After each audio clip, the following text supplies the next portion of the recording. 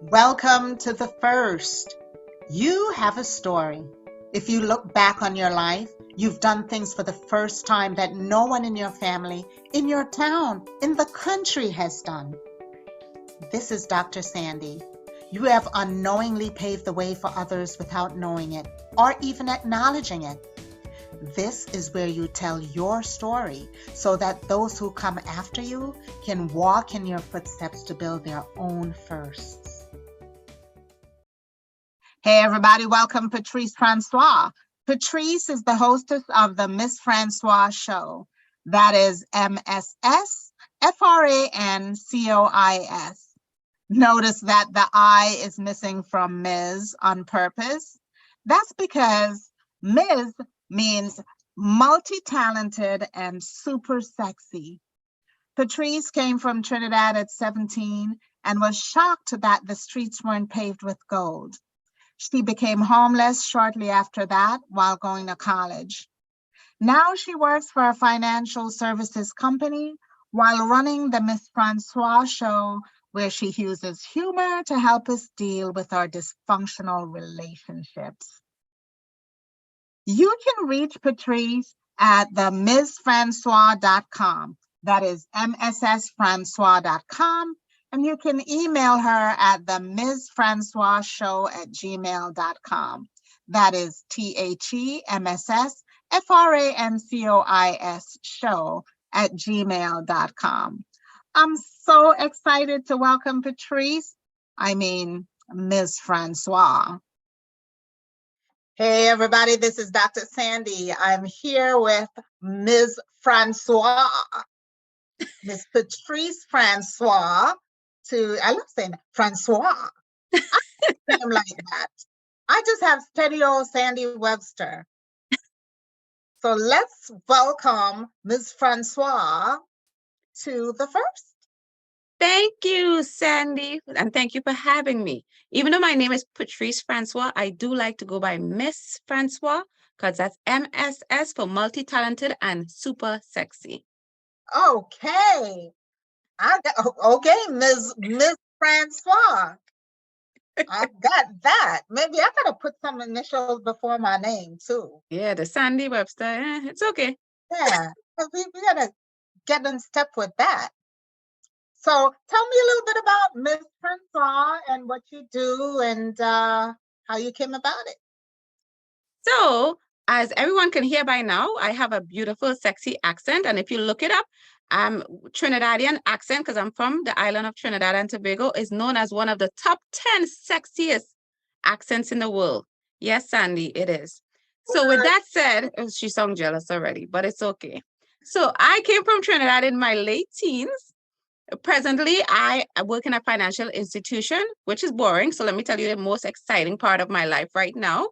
I am the host of a show called the Mss Francois Show, which has candid conversation, a variety of entertainment, and I use humor to help you all deal with your dysfunctional relationships. So I like to sum that up very nice. Wasn't that nice? Yes, that is. So you just make jokes about people's relationships. That's what you just said. Yeah, but you have to make it, you have to add that little humor because everybody's relationship is dysfunctional in some way or some form. But when you add a little humor, you realize it's not that bad. Say you date somebody really hideous and ugly for like 10 years and you was like, oh, he's the love of my life. And then when you look back when you're a breakup, you're like, oh my God, he was ugly. Why did I do that to myself? So it's how you see it. And I help you to see it a little more better. That's funny. I was watching this comedian. It's an Indian lady. I don't remember her name, but as soon as I see her, I remember her. But she talks about relationships, and she is so funny. She talks about marriage, and she's married to a Danish guy, and their kids, and it's so funny. She said she rolled over one day, and she's like, "Why is he still here?" And these are things like you talk about that we all say in our mind and you don't really want to say, but when you say it, you realize other people are thinking it and it's hilarious. It really is, because I kept nodding every time she says, oh, yeah. Right, because you're thinking, you're like, yeah, my husband, I love him, but oh, he's still here. Yeah. And she said one day she woke up and go, what anniversary is this? 20th? How could we be back? I don't be back to anybody this long. I'm glad you took on relationships because there's so many aspects to relationships that you could talk about it forever. Yeah, believe me, like you could little different things. Like I had recently for Women History Month. For that month alone, I had like 3 different episodes. I talked from women being independent in their relationship and their husbands or their significant other being okay with it. I talk about the tax person having to do with taxes and relationships and dating. There's so many different things you could talk about. You could talk forever. Well, the relationship with money supersedes all of that because it's so intertwined, right? A lot of Right. people get broken up over money stuff. So yeah, I'd love to hear. I'm going to listen to your show. I didn't have time to listen to it before. But I'm going to listen to it No problem. now. I forgive you. So start telling me about your first Patrice, Miss Francois. What So are the my first things that you my have? first thing, like when I heard the first thing I always think about is me migrating to New York, United States from Trinidad and Tobago, and me being around 17. And for those people, especially from the Caribbean, when you grow up in the Caribbean, and I like to say in the bush, everybody you meet along the way, you call them auntie and uncle or Mr. and Mrs.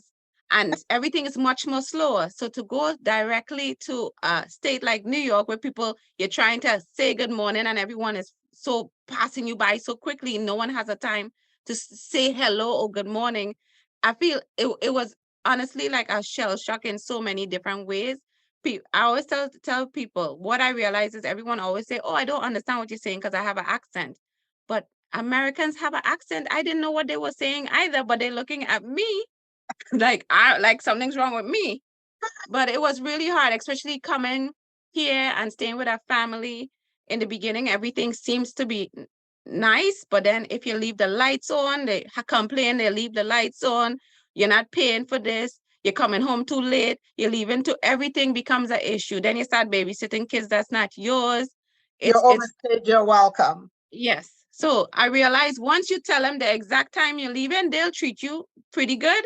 But once you're not sure how long you're staying, be prepared for some back and forth. Everybody angry, always some serious issue when it's not even an issue. So I had one of those journeys where I came here, they didn't treat me that well. And I came home one day and found all my clothes in a black garbage bag on outside.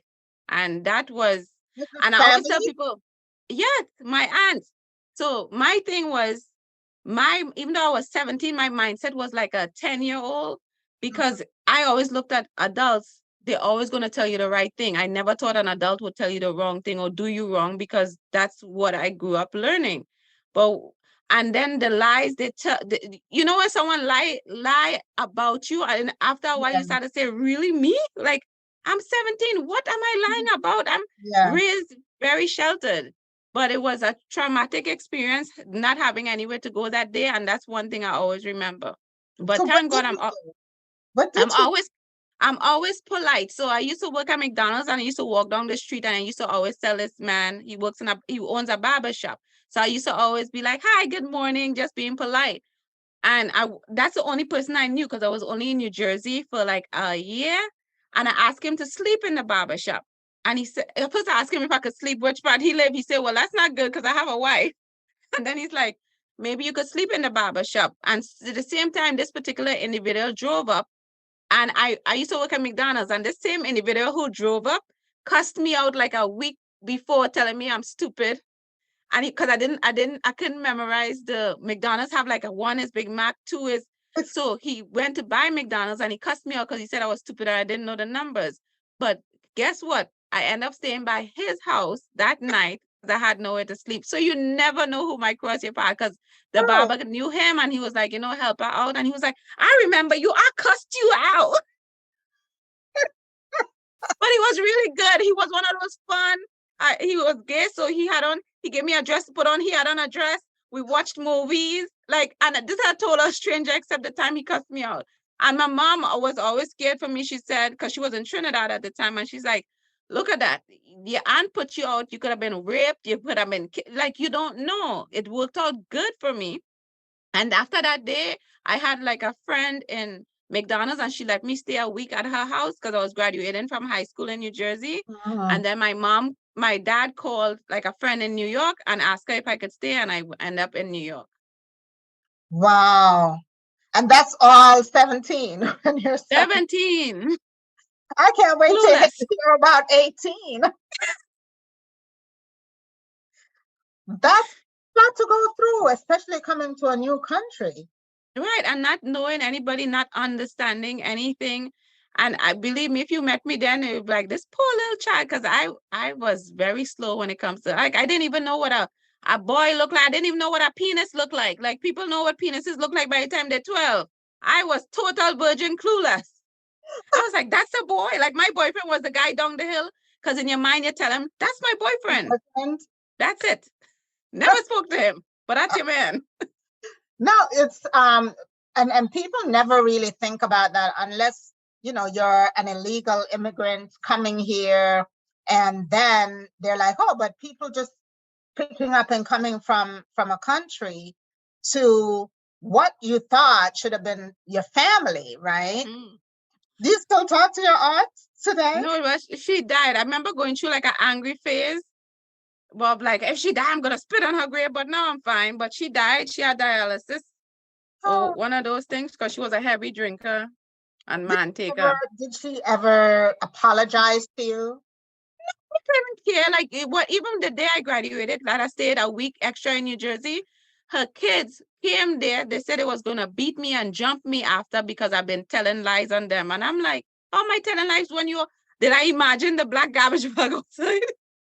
You know, but the good news is I never knew they were actually waiting to beat me up, because I was a really good student, because, you know, we Caribbean people are way ahead when it comes to education. So one of my teachers asked me how I got there, and I told her, and she's like, oh, I could take you home, and we went out the back. So honestly, I don't know if they really was there to beat me up, or they were just saying that to scare me, but it all worked out. Oh my gosh. Well, I'm glad it worked out, because you went on to you became a citizen. Yes, girl, right now I'm traumatized. When did you become a citizen? Like, how long? 2006. Yes, 2006. That's the same time I got promoted as a supervisor in a financial institution. And how is it that you decided to become a citizen? Like, what made you decide instead of... Decide, honestly, I was good with my green card, but my mom had a situation where I ended up applying for my mom. Okay. So that's the only reason, because I had this thing, I felt like if I applied for citizen, I wouldn't be Trinidadian anymore. You know, in your mind, when you're young, I'm like, I want to be Trinidadian. Like, you're gonna get rid of your accent overnight. You're gonna get rid of your background overnight. And but you know, it's funny, when you were starting to do the citizenship, they actually tell you that you have to, you know, swear and denounce basically every other country. I remember putting my hand behind my back and crossing my finger saying, no, it's a mind thing. It really is. That's okay, because my father, I don't know how long my father's been in this country, and he still swears he's British. I'm like, I've got news for you. Your accent is gone. Like, we holding on. Well, you hear mine strong. I come yesterday. Yeah, he's I don't know. And I see that too with immigrants, right? I have a Jamaican accent. I have a Jamaican accent now, but anyone I went to school with will say, where'd you get that accent? But so you came here, was raised partly in Jamaica? No, I was a little kid when I came here. Oh, went to public school, everything. But every year my mom would send us back to Jamaica for the summer. Oh, okay. So we spent the summers, you know, with the grandparents and other friends. You make your friends there, summer friends, I call them, because you don't see them. And then I think about when I was in my teens, my family started this organization to help beautify the community in Hayes, which is where we come from.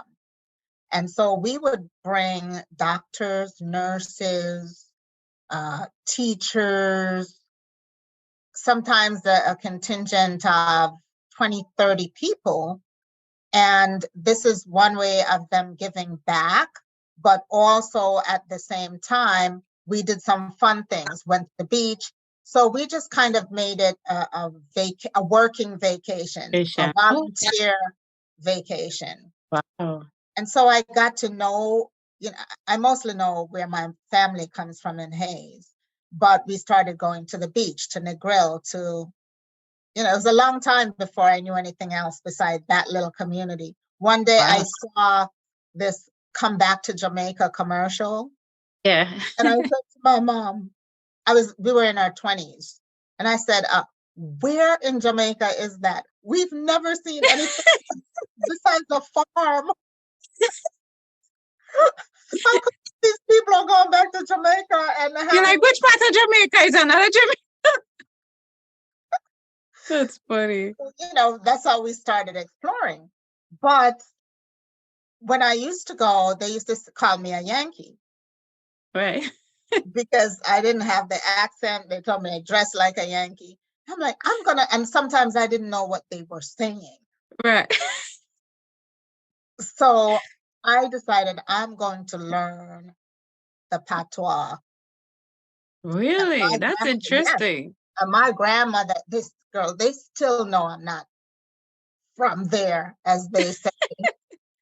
But I feel better. I could communicate with, break out a little. I never heard that before. Like let me learn the patois in my country. Because you want to identify, and some jokes are just funnier. I know. Sometimes when I'm trying to tell someone a joke, my dad said it's hard because even though it's not another language, it's how when I say it, it's hilarious. Yeah.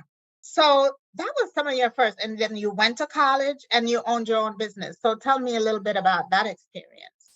So college was interesting because in the job I was working in, they would pay for part of your school. And I was just eager I wanted to go. So finally, when it came my time to go, I remember being in my first class, and the first set of classes I was taking in total was like 9 credits. And the person in front of me was saying, oh, I have my master's. And I'm like, he's crazy. You got to be in school for like forever. I said I could never do that.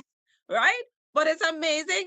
Fast forward, when I got my first master's, I remembered, the teacher in front of us saying that.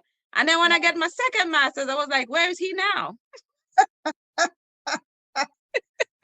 But you really never know what your journey is going to be. So I'm super proud of myself for sticking to it. And it always helps when you have certain people encouraging you, because my manager at that time was very encouraging. Because when I did my first master, a lot of times it's like, okay, it's over. And she asked me one day, she's like, so when you go, she's like, okay, it's good that it's over, but what happens after you finish work? What are you going home to do? I'm like, nothing. Then she's like, well, then you're going to get your second master since you're not doing nothing. What were your masters in? The first one was it's an executive MBA in business, and the second one is human resource management. Is that what you do now, HR? No, that's too boring. So no. just went to school and got the degree, the piece of Well, it helped me in my job as financial wise. Okay. So when you get a degree, they up your pay. So it is beneficial. And at the same time, as I say, they can't take the paper away from the person. So no matter what, I get to take it with me. That is true. That is so true. Because that was my impetus to go back to school. I was working for a corporation that paid 100% of my tuition. Wow, that's a huge incentive. Yeah, this was way back when. This is not now. But you took it. Oh, yes, I jumped all over it. I'm like, you're gonna pay me more money and you're going to pay my tuition. I'm finishing up school. So I did. And then I took a break because, after you're just so tired of going to school. Yeah. And I always said, I'm going to go get my MBA. I'm going to go get my MBA. Well, I didn't. It was a couple of years. And then one day I just picked up this piece of paper that was sitting on my desk for the longest time. And it said, they're going to change the tuition requirements. Yeah. That was the And incentive. You're like, ah! they were going to do it by grade. So if you got an A, you got paid 100%. If you got a B, you got 80. And if you got a C, you got 60%. If you got below that, nothing, right? You pay Right. for yourself. And I'm like, oh my God, I cannot believe that I sat here for these years and didn't take advantage of this anymore. Yeah. And they just had this little clause. Now it's October, and they had this little clause that said you have to be registered to start school in January. Mm-hmm. And all the applications usually close out around November or so for school in January. Let me tell you, I had never moved so fast in my life. Usain Isn't it Bolt, funny when you're on a crunch, all of a sudden, like, ah! Before that, you're like, I'll do it next week, next year, next month. I ran to interview schools to do something, and then I had to go to school on a weekend because I was working all week late. And then I also was uh, going to like Phoenix and Boston and, traveling for my job. So I needed like a weekend class. And there Mm-hmm. were very few back then. But I found one and signed up. I didn't care, like you, I didn't care what my degree was going to be in. I was going to have an MBA, okay? And that's what happened. I enrolled and went on the weekends, which was really hard work going back and forth. But that's how I got it. So I Yeah, and see, and once you get it, because I was one of those people, I was too scared to take a break, so I just kept going. Like a lot of times was through summer, all these different things, because I've seen it and heard the stories. A lot of people take break, and most of the time they never go back. And thank God you had that piece of paper lying on your desk that yeah, basically pushed it's you to be like, let me do like God something. just said, look at that paper, because it was sitting there. This was just thought it was junk. It was just sitting there all the time, and that made me move. But then, when I was finished with the MBA, I'm like, I'm so tired. And I really was. And then I got promoted, and it just became harder to go back to school. Right. But I always wanted to go get my doctorate. And that's on me. I just decided I was too tired and didn't go back till much later when I had to pay for it. Oh, really? And you Yeah, come to, because my job only do up until masters. If they pay for the doctorate, I would have done it. yeah, But when I calculate them prices, I'm like, I'm good. I'll do it if someone else paid for it. So if you want to pay for mine, I'll do it. no, I'm not paying for it. Sorry. I had to pay for my own. And it still galls me. I'm still like, I had to pay for my own doctorate. But live and learn, right? So what's your business now that you have So your my own? business is basically, which is me.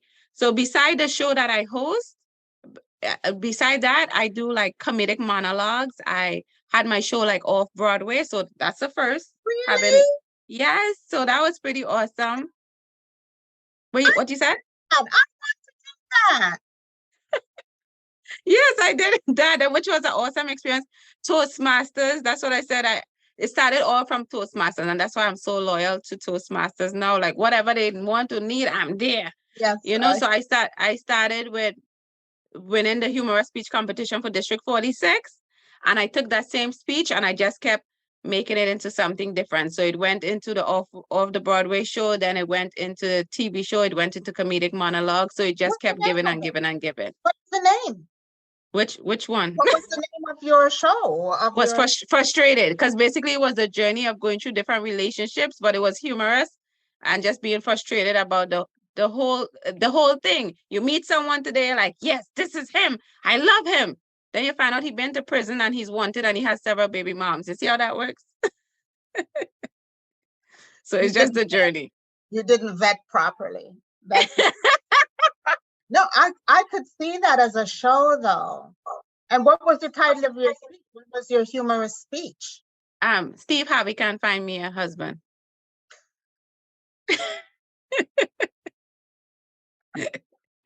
See, I got man issues.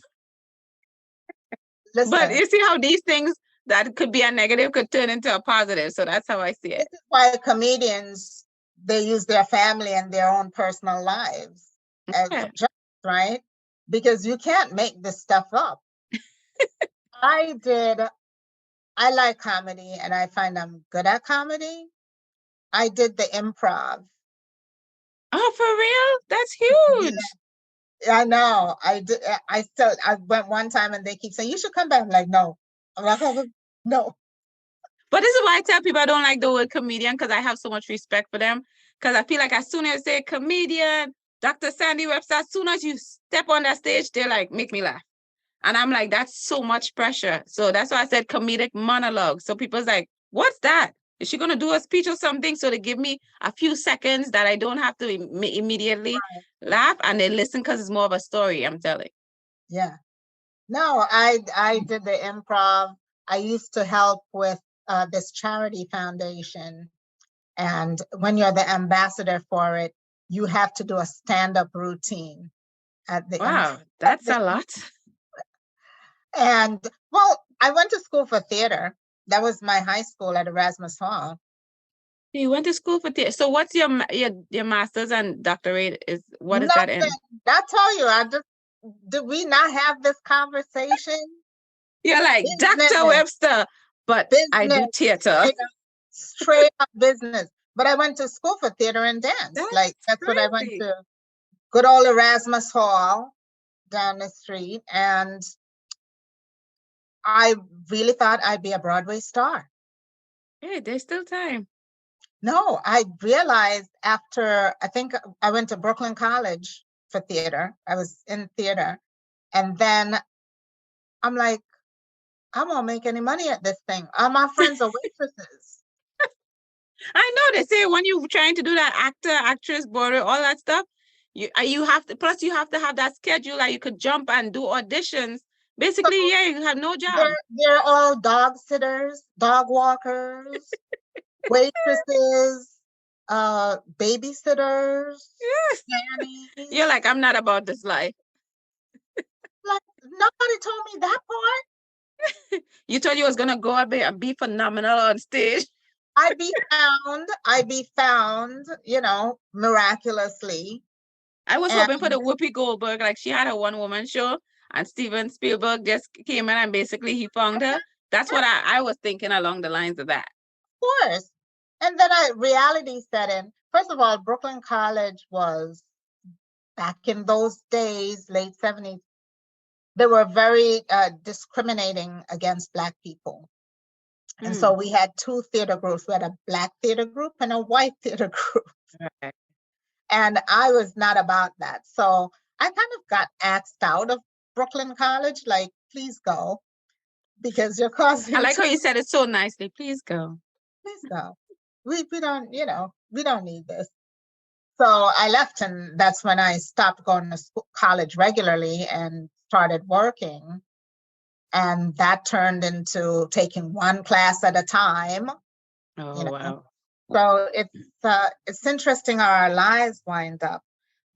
And then now you're a bank manager and a notary and all kinds of stuff. Yeah, all the first. Check me. That could be either one or two things. I'm really ambitious or my family back home and doing nothing. So either or. I prefer ambitious. Exactly. All right. This skydiving thing now. Oh, girl, let me tell you. So it was my 40th birthday, and I decided I didn't want to be like average people doing average things like dinner. So I said, why not jump out a plane? And everyone was like, what? Why? I'm like, because it's different. Mind you, I'm scared of heights.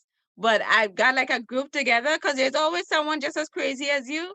And I decided, why not jump out a plane? And even though it initially was scary, when you do that initial few seconds jumping out the plane and you want to pee yourself and your heart is like above your head, then it just becomes amazing. It's just you're gliding, and according to who the person is you're with, strapped to, it was an amazing experience.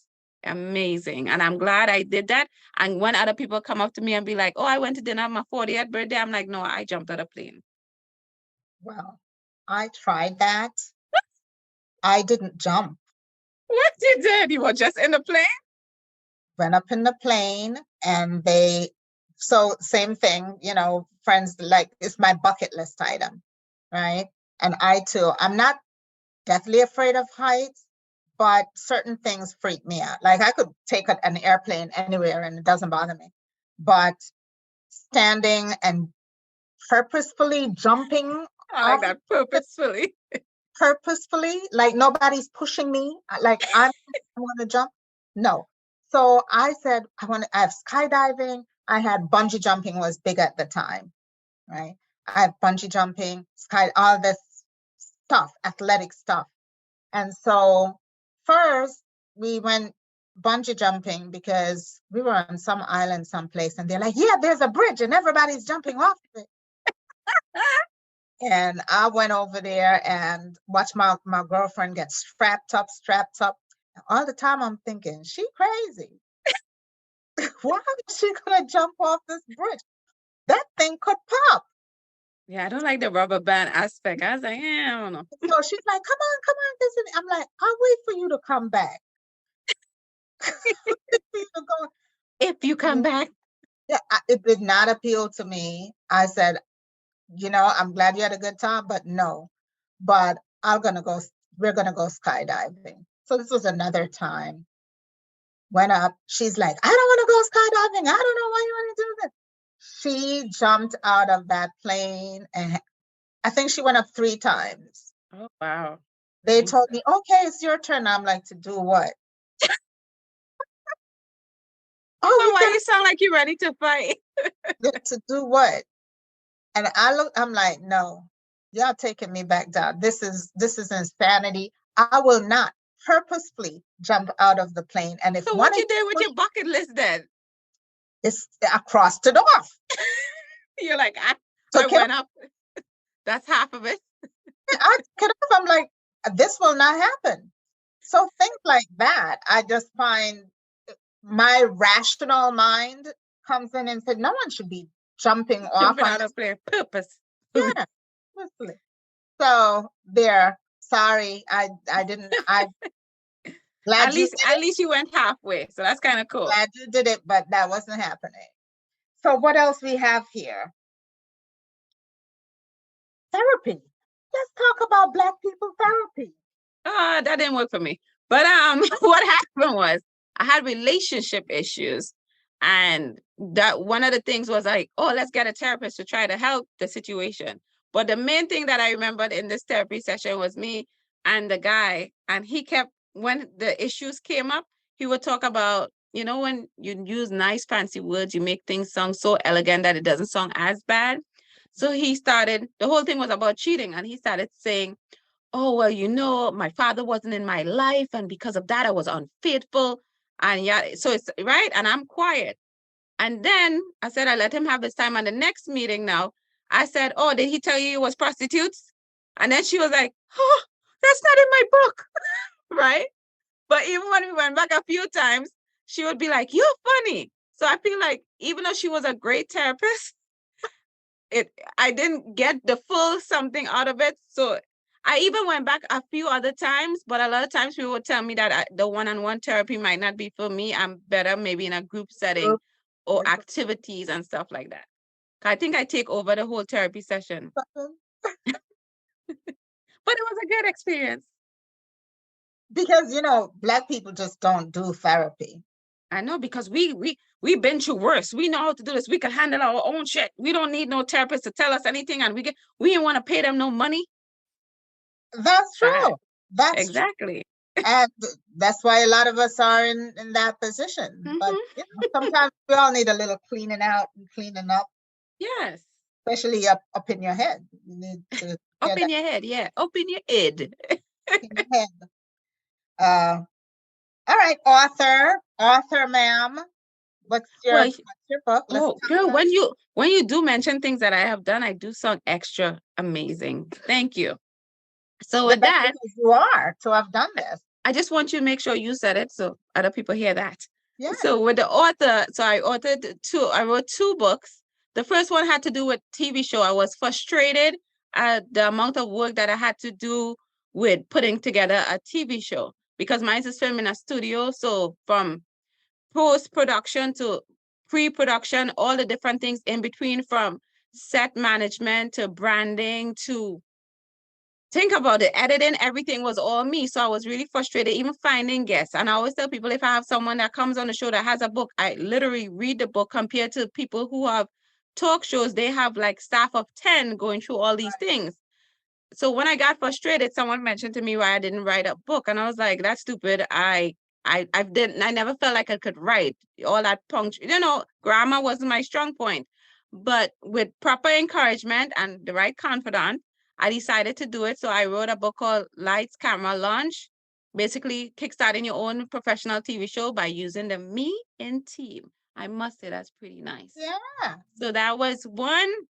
And the other one is let that man go. Journal your way to emotional breakthrough. So it's a journal, and it have steps where I and a lot of other women or people in my life have taken in order to get over that breakup. Patrice, that's phenomenal. I like you. I love you. Different books. No, it's two completely different, topics. Usually people have a subject matter and they'll write, but this is, one very personal and one gears towards more business, like the business of show business. Yeah. So yeah, I applaud you. I have one book, but I've been saying I'm going to do another, and I really should start a novel this time. I did start. I have like 2 chapters, but after you come up this interview, that's where you're gonna look. Where is it? Is it close by where you can reach it, or is something you put away somewhere? It's on my computer. But I've decided I'm going to talk out this book. When I say talk out, I'm going to get a recorder. Okay. I'm going to speak into the recorder and just tell the story, and then get it transcribed. Totally understand. Well, that's what a lot of people are doing also, because it seems to be easier especially when you just get your thoughts out. And then you can tweak it, but it's already out. Like the first rough draft is already out, right? So, and then you can tweak it and put all the pretty words in there and all of that. But yeah, I'm just going to try to get it out of me. I said by end of year, I should at least have like the first draft. Okay, that's fair. All right, so check on you December 31st. My accountability partner. My accountability partner here. All right. And so what topics do you speak on?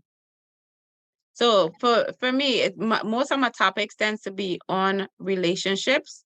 So it could be just like part of the book, being able to get over breakups, fully understanding like how to give, because long distance relationships, how to keep like the spark in long distance relationships.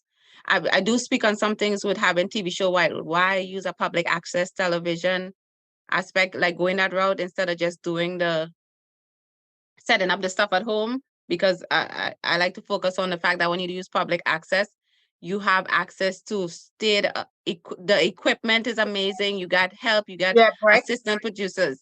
Are you at Brick?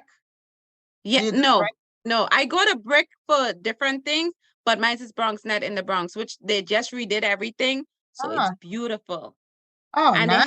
they have 2 in the Bronx right now, Mercy College and Lehman College. I do Lehman College because that one is like the huge one. But I think they just finished another one. I can't remember which college they put it in, but it's beautiful. And I feel like you have more access to it than Brick, or even the ones in Queens. I'm so glad I didn't do Queens. They seem like all over the place and nothing is up and running. I started at Brick, but I never finished. But me and you're going to have a conversation, okay? Because I didn't finish. It was all that time when I was working and doing 2 jobs sometimes. And, Okay, let me ask you a question. No, Dr. Webster, the question is, what year was that? 1999. That was way back in 2000, early 2004, I think it was 2004. So are you still very much interested in theater work and all these different things? I want to, I'm interested in it. I do attend a lot of theater more than normal people. So, I mean, it's something, especially since things have changed so much since then. I mean, it doesn't hurt to just take a look at it and see the different, especially since everything is opening up this year. Yeah. Yes. I'm gonna have to be calling and texting you and emailing you to be like, which part of the book you're on? Did you sign up for a big class? Did you at least look it up and Google it? I actually went down there because I was on Ashland Place over there. And I'm like, oh my goodness, everything looks so new. No, it's beautiful. I went like the late last year. Like they always have little events and stuff like that. I can't remember what they call it. It was a 3-day event. And I went to one, like being able to ask people questions about producing your show, how to pitch, but it's really informative. And again, even sitting in the circle among the guests, you don't know who is in there. So it's just being in the right place at the right time and always being prepared. So it was only 3 days? 3 days. It was a whole day. 3 days is a lot. So, no, but it was it used to be 2 weeks. Oh, no. But think about it. COVID still, that was the end of last year. So I'm sure they're easing back into everything. And I know they have the event coming up in April, the award show. Okay. Yeah, I've never been to it. I could do 3 days, 2 weeks, 2 weeks. And then they had a criteria you could only miss two classes, I think. Oh, with the classes, no, the classes is long classes. This one was like an event they were putting on. Okay. So the classes, that's different. So yeah, you might be 2 weeks or longer according to, the class you take. Yeah. But so again, I'm back and forth. I got to figure out how to. Yes, I'm going to make sure you figure it out. Okay. First, we're going to start and Google it and see where we're at and what class we're taking. I know how to start. I know how to start something. Well, you might be sorry you started this.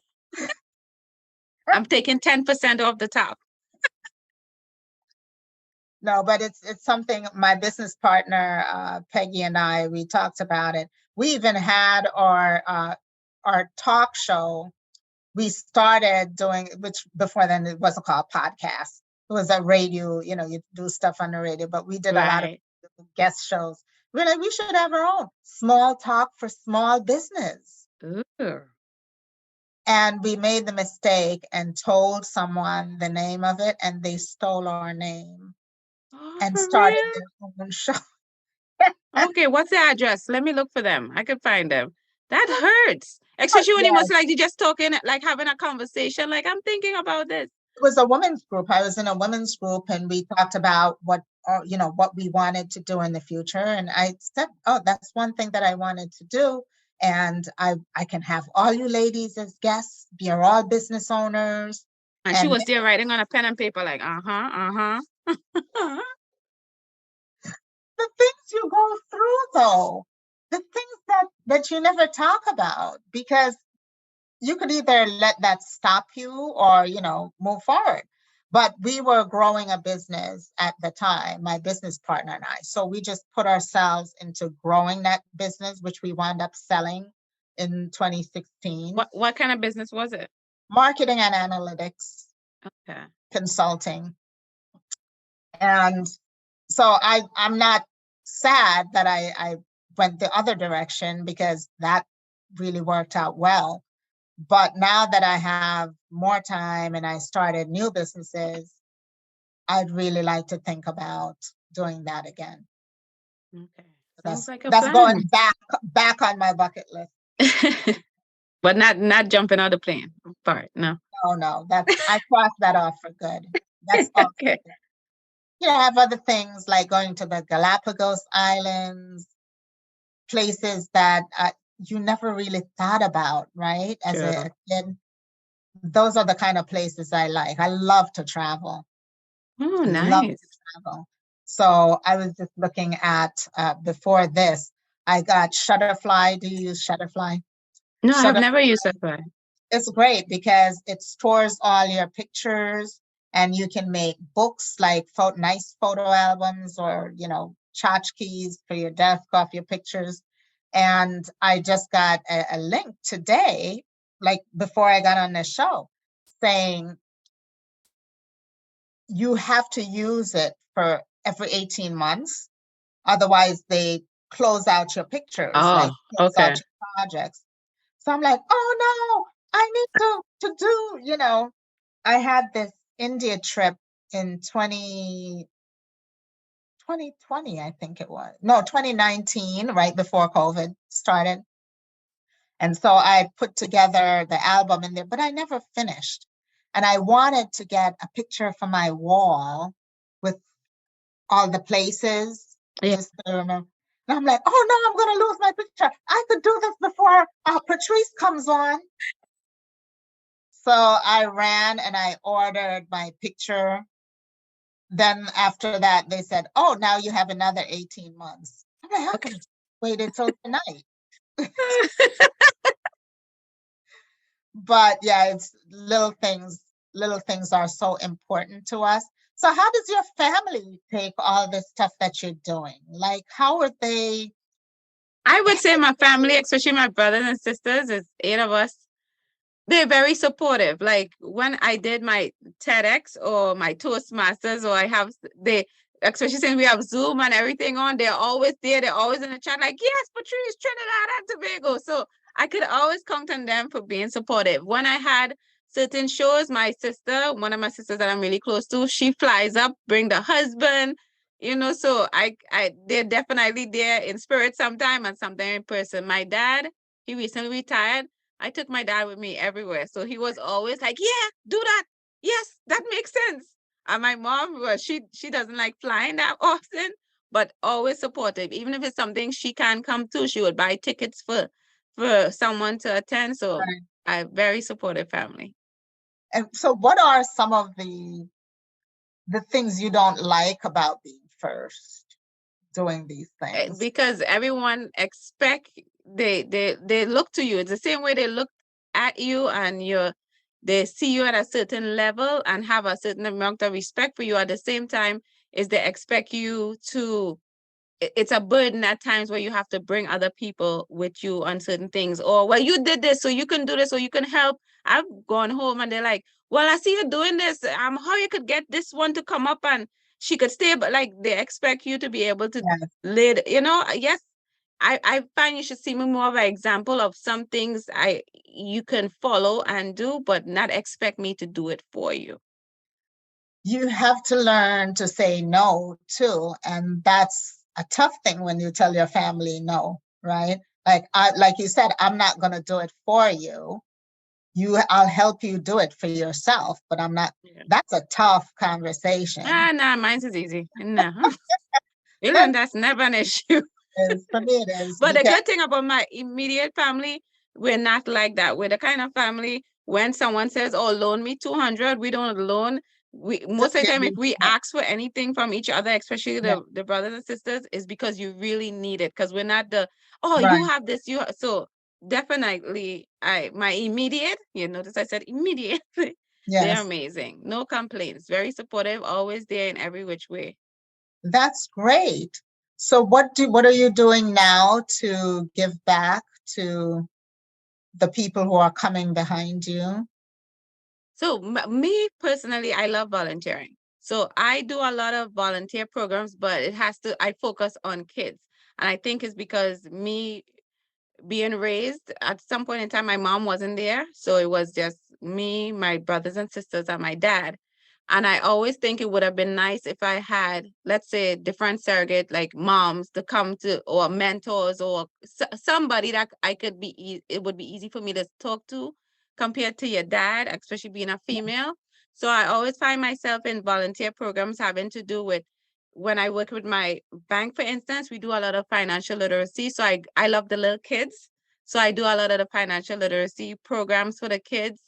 I like the soup kitchen, but always have to come back to the kids. So if it's for the kids, I do a lot of stuff with World Vision. I am part of Aim High EI, which is like an empowerment institution that has to do with the kids or the youths. So anything with kids, I am there. You need me for kids, grown people, you all Okay, can figure it out on your own. I need you. When we get We up, need it. when this recording stops, you're gonna be doing some kitty stuff. Let me I tell you. love you see Bloka's like, yeah, girl, I have a list right here. You've come to the right place. Oh, check me. Let me leave this thing immediately. No. Well, it's about time to end. And it's been so great having you. And Thank you. and I'm sure you'll think of some other firsts once we start Always. doing this that you'll say, Sandy, I need to re-record another one. You never know. And I believe the way my journey has been, I'll definitely have a few more firsts. Yes. Today we've been talking to Patrice Francois, Miss Francois, which sounds very Haitian. I'm really surprised that she's Trini. Yes, I just have a pretty last name. Thank you for coming, and I hope you come back to the first. Thank you for having me, Dr. Sandi Webster. This is Dr. Sandy. Thank you so much for sharing your journey on the first, where no two stories are alike, even if the circumstances are similar. Let this discussion serve as inspiration for others to show what's possible, and more importantly, to produce seconds and thirds.